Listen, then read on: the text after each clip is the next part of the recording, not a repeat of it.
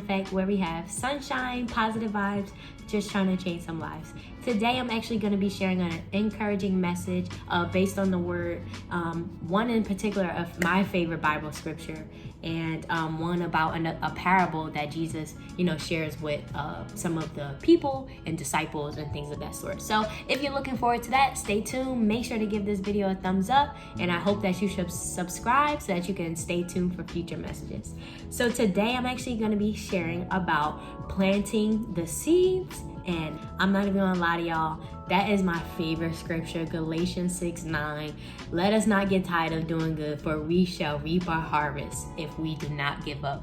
Honestly, this is my favorite verse. I reflect on it often, especially when I'm going through tough times, especially when my patience is getting tested, especially when, I know I heard a word from God and it seems as though the journey that I'm on or the direction that I think it should go is not in alignment with, God's direction. He may have told me the destination, but the journey is not looking like what I thought. This is a scripture that I always reflect on. But I'm actually going to be pairing it up with another scripture or the parable that Jesus tells to the disciples and the people about, planting seeds. And, the seeds that we plant, it may fall on certain types of grounds, but our job is to keep planting seeds.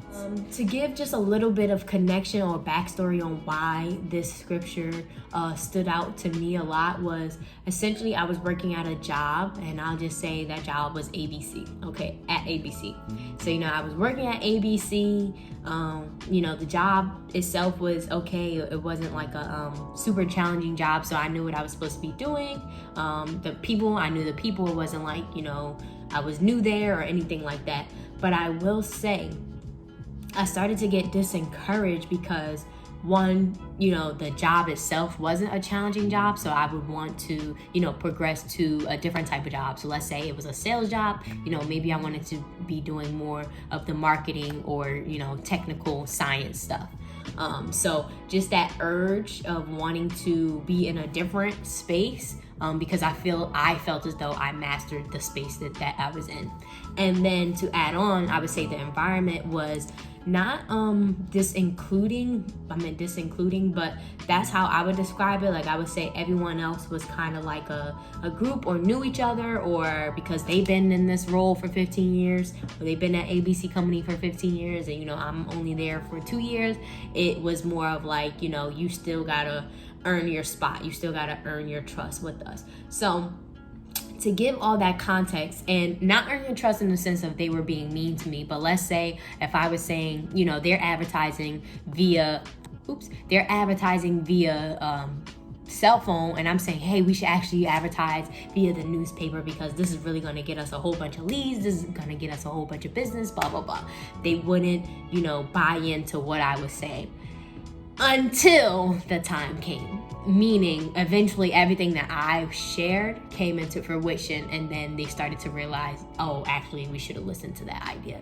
And, you never need to say, I told you so. You just need to let it play out because, if you're speaking real wisdom, it's always gonna prevail. But that's a different, scripture and lesson for its own part. So I'm sharing about, planting your seeds and still working on planting your seeds because that's the job that you're supposed to be doing. So, I will say at the time when this was happening at that job, I didn't see it in that way. Or God, like, why can't you like remove me from this situation? Like, I know what I'm supposed to be doing. Like, why can't I level up? Or why can I just, work in this other area or this, that, and the third? And it wasn't until now, or I guess now that I came to terms with that job, I eventually left that job and got a new job and everything of that sort. But I realized what God was trying to teach me was about planting seeds, and it's a twofold, message, or it was a twofold message to myself, or a twofold result for myself. But I feel as though this could be applicable of how you would break down your situation. So in that situation, God was really trying to teach me to plant the seeds, like worry about planting the seed. And it matches up with the parable that Jesus shares in the scripture. It's about the parable of the soil, and it's in Matthew 13 from verse 3 all the way until I guess 9. So essentially, it is our job to plant seeds. That is what our job is. So an example would be like, and it's two points that I'm going to share. So I'm going to start with the planting the seed. It's our job to plant the seed. So like in this story, you know, the farmer who was, you know, farming, he planted the seeds and some fell on a path that a bird ate up. So the birds, you know, he put it in this lane over here, the birds was eating it up. Then he put some seeds that fell on rocky ground, which was like hard and, you know, uneasy, like the plant couldn't really intersect the ground. And so it was too shallow. And then he also planted seeds that it was on a more thorny area. And so the thorns basically ate up the seeds, or, you know, the seeds still couldn't penetrate the ground. And then the seeds, a part of it, because remember, he's just throwing all these seeds. He's planting seeds. He threw it here, he threw it there, he put it there, he put it there. But then there also was this area where he threw the seeds and it fell on good soil. That's what it says. It says the other seed fell on good soil and bore fruit. In the case will yield 100 to 1. In another case, 60. So it was just saying like how much abundance of fruit grew because the seeds finally fell on the good soil. So what I took from that sermon, what I took from that part of the scripture is that our job is supposed to be to plant the seeds. We shouldn't be worrying about, you know, chasing off the distractions. So what distractions would be, distractions in this case was the birds. When he planted the seeds in that area and it was birds, he wasn't chasing off the birds. And nowhere near says, you can interpret what you want, but if you are truly reading the Bible and learning how it's saying and not, you know, putting in your own context, he did not run off these birds. He was still planting the seeds. Okay, it went over there and the birds is eating it up. Okay, well, I'm gonna plant it here. Then it's on rocky ground. Okay, well, then it's on thorny ground. Okay, and then it finally fell to the good soil. So I say all that to say, sometimes when we're planting seeds, there's gonna be distractions. So to equate this back to, you know, my situation at this job, the distractions, I guess, would be more so the naysayers, or, you know, the people that wasn't buying into what I was trying to say or advise that we should do as a team or how we should advertise. But that shouldn't discourage, you know, my work. That's a distraction, because in my last message I shared about, you know, the enemy wants to distract you, or just, you know, that's his main point. The enemy's purpose is to distract you so that you don't fulfill out your purpose. So if I'm busy arguing with my coworkers at ABC and saying like, hey, you know, yes, we should be doing radio and we should be doing this, that, and the third, I'm not even going to be doing my job task over here, which is planting my seeds. I'm supposed to be planting my seeds, but I'm arguing with you. And that's not my role. That's not my place. So that's one factor. And then about the ground being rocky and, you know, also having thorns. That's another example about, you know, the journey might not always be as easy as you think, or you may think it's supposed to go one way, but that's not the way it's going. So like, for example, I was saying like, I felt as though I should be in this other role, or I should be on this other team, or I should be working on these other projects, but God has me working on this project. And it wasn't until my seeds finally fell on good soil that I realized I was right where I was supposed to be. Because if I had never really shared, although I said, you know, we should advertise via a newspaper, just because they didn't do it at that time when I, you know, was pitching it, doesn't mean it didn't come into fruition later on in a different season, which it did. So I say all that to say, you're in a right place. God has intention on where he has you. It's up to you to use your free will and keep planting your seeds. God is never going to place you somewhere that you are not supposed to be. And in that case, I was supposed to be right there. It wasn't where I wanted to be. It wasn't where I felt as though I should be, but God's way and God's plan was exactly where I should be. Because, or hindsight is 2020, I can say that now because it came into fruition. They listened to what I said after.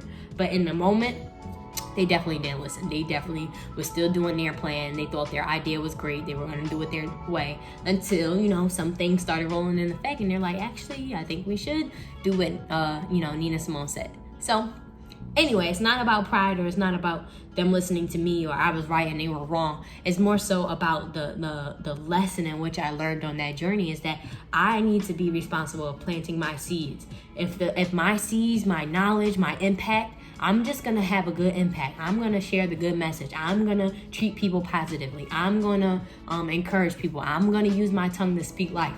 I'm gonna keep planting my seeds, and eventually it will fall on good soil.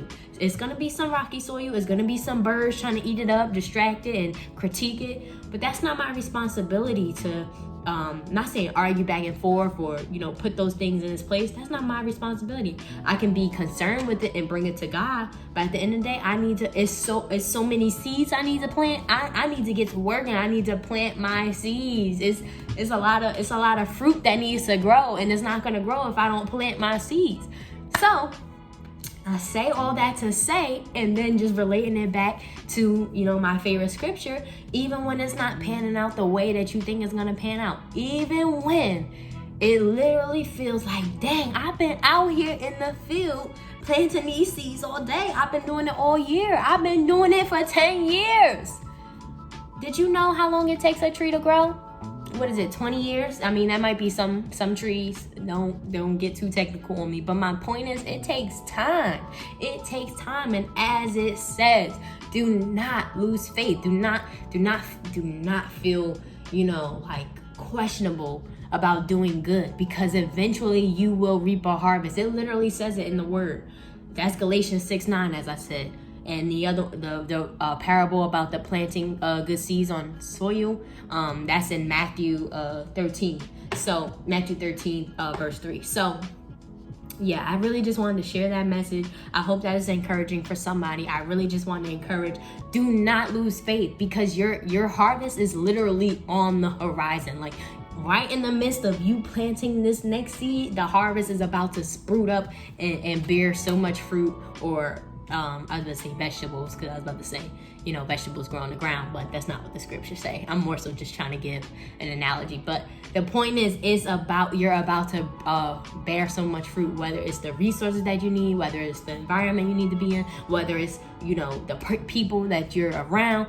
It's about to turn around. So do not lose faith. Do not lose faith in doing good. We got to continue. We got to continue to plant our seeds.